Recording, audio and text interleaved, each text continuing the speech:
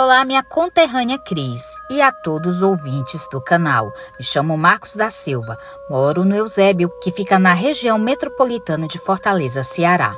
Atualmente eu tenho 54 anos e sou casado e tenho 2 filhos. Agora que me apresentei, peço que todos escutem com atenção a cada detalhe para que no final todos possam entender o que aconteceu. Esse relato é de um transporte assombrado, especificamente de um ônibus. Isso tudo que passei foi assustador, que parece até mentira, mas posso afirmar que tudo foi real e que não quero passar por essa experiência novamente. E se fosse contado por outra pessoa, eu não acreditaria nos fatos relatados. Primeiramente vou contar a história trágica que envolveu o ônibus do meu relato. Essa tragédia foi real e comoveu o Ceará e o Brasil. Tudo começou por causa de uma tragédia que aconteceu com o ônibus Itapemirim 40229. O coletivo tinha saído do terminal rodoviário João Tomé por volta das 20h30 de uma sexta-feira e seguia com destino à cidade de Salvador, Bahia, onde a maioria das pessoas que neles estavam deveria passar o carnaval, levando 40 pessoas a bordo, sendo 29 homens e 11 mulheres, incluindo o motorista.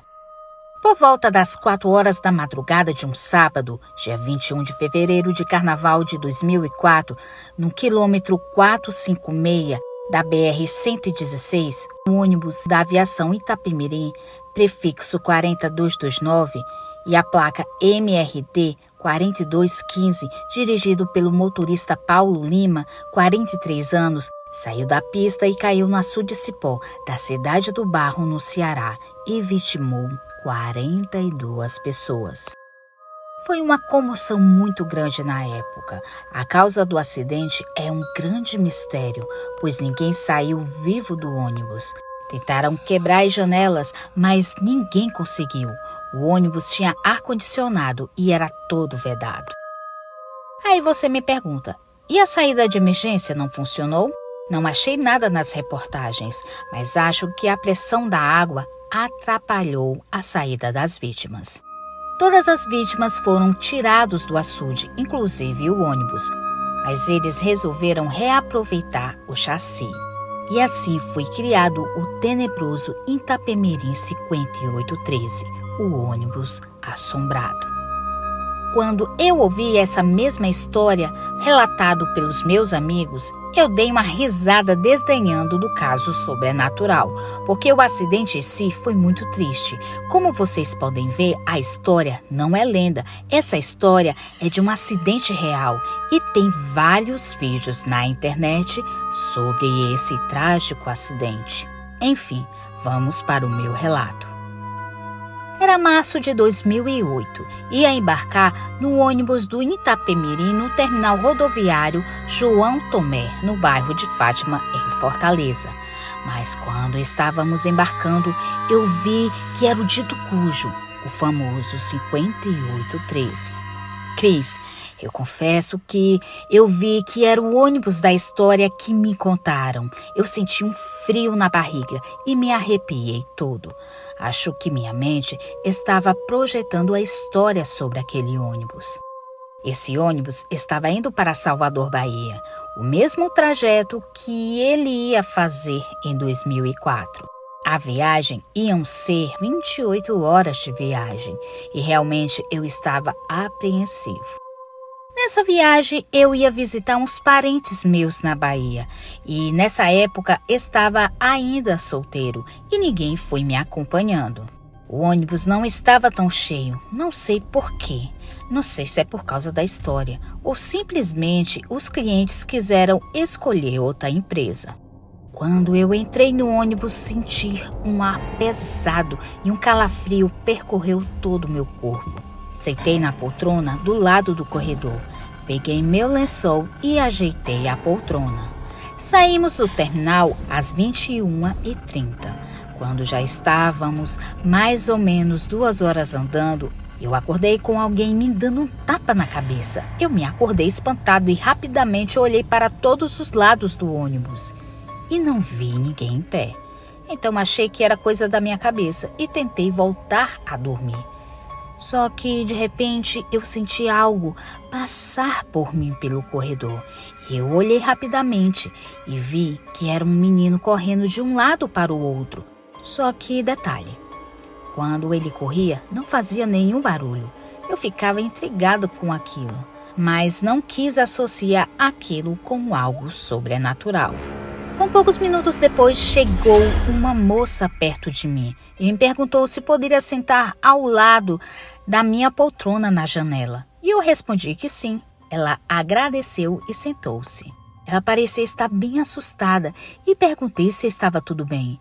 Foi então que ela respondeu: "Moço, não sei se o senhor acredita nessas coisas, mas aqui nesse ônibus tem muita gente desencarnada que ainda não conseguiu aceitar a morte.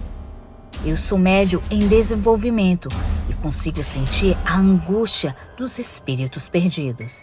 Eu olhei muito sério para ela e perguntei se alguém tinha falado algo sobre aquele ônibus. E ela falou: Não sei.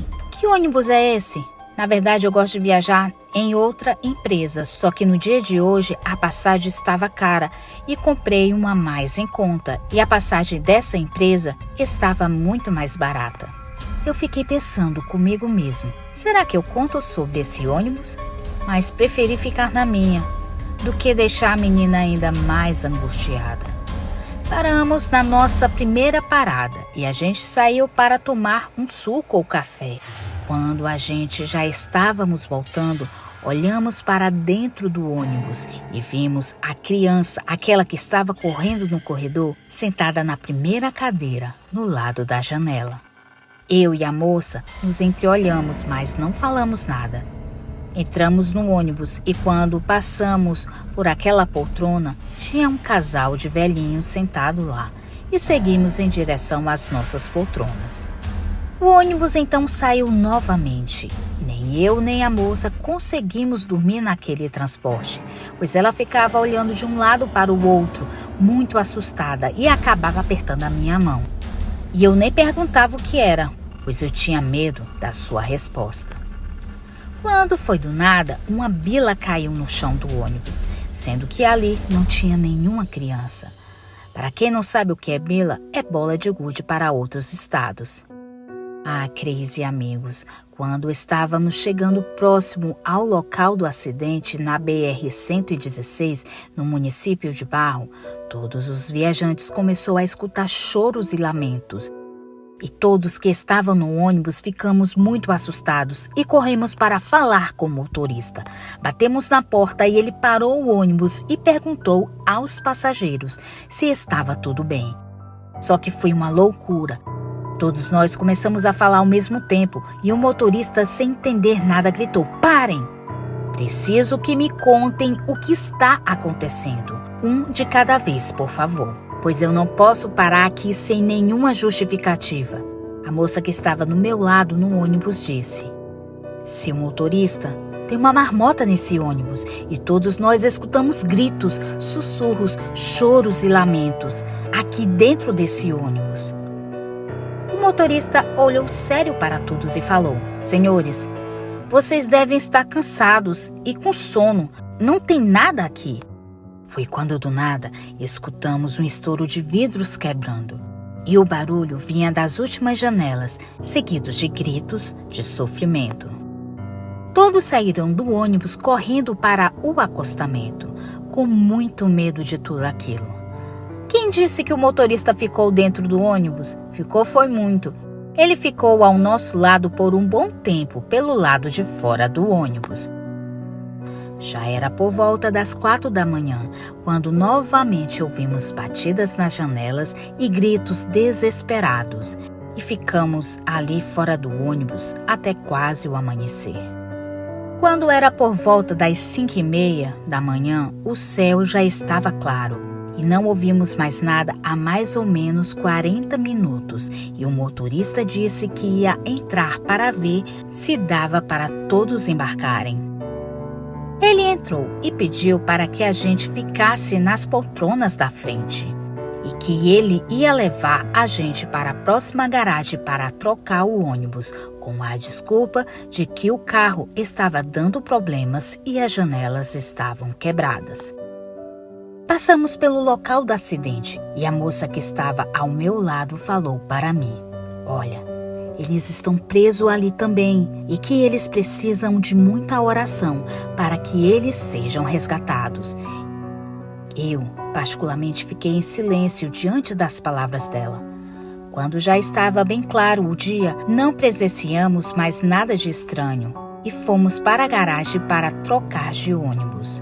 O motorista falou que alguém jogou pedras na janela e por isso estavam quebradas e que o carro também tinha parado de funcionar na estrada, por isso o atraso da viagem, porque se ele falasse que o ônibus estava assombrado, era arriscado ele ser demitido.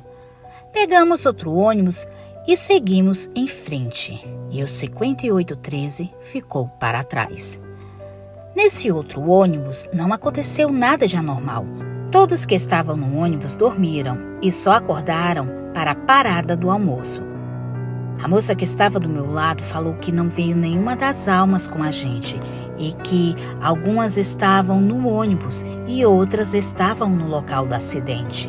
E a gente deveria fazer uma prece para que elas aceitassem a morte e procurassem ajuda com os espíritos de luz. Essa moça me explicou muita coisa sobre espiritualidade no decorrer da viagem. Hoje, Cris, eu sou espírita kardecista. Resolvi estudar essa doutrina para tentar entender melhor como funciona o mundo espiritual. Essa foi a única vez que, graças a Deus, presenciei esses fenômenos paranormais. As pessoas que perdem a vida de acidentes trágicos são mais difíceis de aceitar a morte. Muito obrigada, Cris e amigos inscritos, por escutar com muita atenção a minha história e que orem pelas pessoas que estão presas aqui na Terra, pois a vida não acaba aqui. Boa noite.